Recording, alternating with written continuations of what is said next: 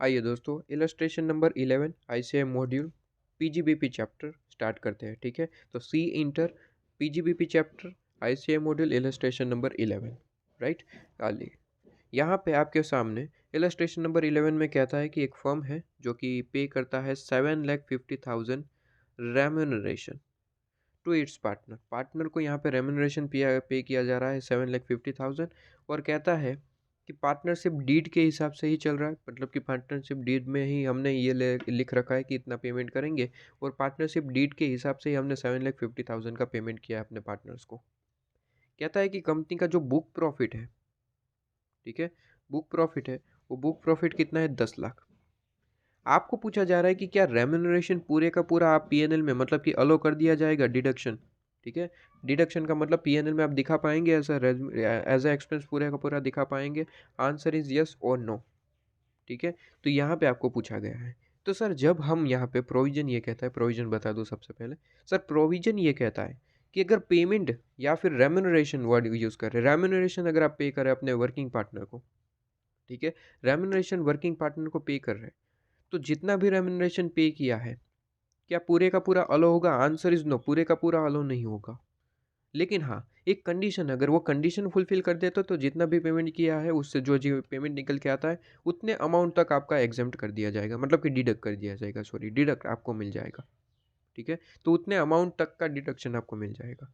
अब यहाँ पे आपने 7,50,000 पे किया है, क्या पूरे का पूरा आपको अलो कर दिया जाएगा? तो उसके लिए हमें वो कंडीशन देखनी पड़ेगी।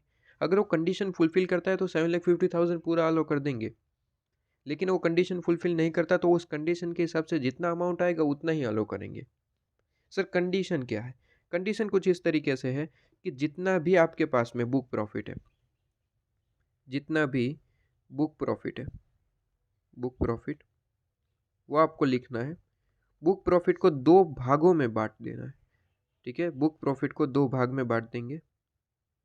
सबसे पहला पार्ट, सबसे पहला पार्ट यहाँ पे, और ये दूसरा पार्ट यहाँ पे नीचे लिख लेते हैं, ये दूसरा पार्ट।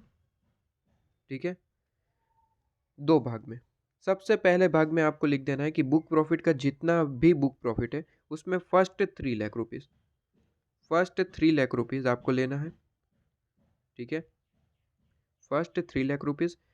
इसमें आपको क्या करना है सर? इस पे आपको करना है, पेन चेंज कर लें, ये इसमें आपको करना है यहाँ पे 1,50,000 लिमिट है आपकी, 1,50,000, और 90% of, 90% of this book profit. ठीक है, ये बुक प्रॉफिट, ये 90% ऑफ ये बुक प्रॉफिट। मतलब कि यहाँ पे मान लीजिए 2 लाख ही प्रॉफिट है तो 2 लाख यहाँ पे आ जाएगा। 10 लाख प्रॉफिट है तो 3 लाख यहाँ पे, 7 लाख यहाँ पे। 7 लाख प्रॉफिट है तो 3 लाख यहाँ पे, और यहाँ पे बाकी का रिमेनिंग 4 लाख। अगर मान लेते हैं आपका प्रॉफिट ही कितना है, प्रॉफिट है मान लीजिए 2.5 लाख, 2,50,000, तो यहाँ पे पूरे का पूरा 2,50,000 आ जाएगा। क्योंकि सबसे पहले क्या प्रोविजन क्या कहता है, जितना भी यहाँ पे प्रॉफिट है सबसे पहले 3 लाख तक का यहाँ पे आएगा। अगर कुछ बच जाता है तो पार्ट 2 में जाएगा। तो यहाँ पे इस क्वेश्चन के हिसाब से अगर देखें तो बुक प्रॉफिट कितना है सर? बुक प्रॉफिट आपका कितना है? 10 लाख, तो 10 लाख है। प्रोविजन कहता है कि सबसे पहले एक काम करिए, 10 लाख में से सबसे पहले वो 3 लाख निकाल लीजिए, 3 लाख निकाल लीजिए। फिर कुछ बचता है तो यहाँ पे लिखिए पार्ट 2 में। तो 3 लाख मैंने निकाल लिया, 3 लाख यहाँ पे, और बाकी कुछ बचा है तो आंसर इज यस, 7 लाख बचा है, तो 7 लाख यहाँ पे। अगर यहाँ पे 2 लाख ही प्रॉफिट होता तो 2 लाख यहाँ पे चला जाता और काम खत्म। ठीक है, फिर हम यहाँ पे 2 लाख का 90% और 1,50,000 दोनों में से हम हायर लेते। यहाँ पे क्या लेना है सर? हायर। दोनों में से जो हायर होगा वो हायर लेना है। ठीक है, हायर लेना है, जो भी हायर आया। और यहाँ पे जो 7 लाख, यहाँ पे जो भी अमाउंट बचता है उसका 60% करना है। जो भी अमाउंट आएगा वो अलोएबल रेम्यूनरेशन आएगा। क्या आएगा सर? अलोएबल रेम्यूनरेशन। अब फिर से एक बार मैं इसे कैलकुलेशन करके दिखाता हूँ तो आपको ज़्यादा बेहतर समझ में आएगा। चलिए जल्दी से, जगह कहाँ पे है कैलकुलेशन करने के लिए? चलिए एक पेज में लेके समझाता हूँ। चलिए, तो बताइए मुझे सबसे पहले क्या लिखेंगे सर? यहाँ पे बुक प्रॉफिट लिखेंगे, बुक प्रॉफिट सबसे पहला काम ये है। ठीक है, रेम्यूनरेशन जब फाइंड आउट करना हो तो बिल्कुल इसी तरीके से स्टेप बाय स्टेप चलेंगे। बुक प्रॉफिट लिखिए कितना है? 10 लाख, 10 लैक्स। ठीक है, अब सिंपली यहाँ पे 2 पार्ट कर दीजिए इसका, बुक प्रॉफिट का 2 पार्ट, सबसे पहला और ये आपके पास में दूसरा, ठीक है। सबसे पहले पार्ट में आप एक काम करेंगे, सबसे पहले जितना भी बुक प्रॉफिट है उसमें से 3 लाख रुपए यहाँ पे लिख दीजिए, ठीक है। अब बुक प्रॉफिट 10 लाख है, मतलब कि ज़्यादा है तो 3 लाख निकाल पाए, 2 लाख होता तो यहाँ पे 2 लाख आ जाता, फिर काम खत्म, ठीक है। अच्छा, यहाँ पे फिर रिमेनिंग पार्ट आ जाएगा, रिमेनिंग पार्ट कितना बचा, तो 7 लाख, 7 लैक्स, ठीक है। ओके, और यहाँ पे एक लाइन ड्रॉ कर दीजिए, टोटल करके हम यहाँ पे क्या लिखेंगे, अलोएबल रेम्युनरेशन,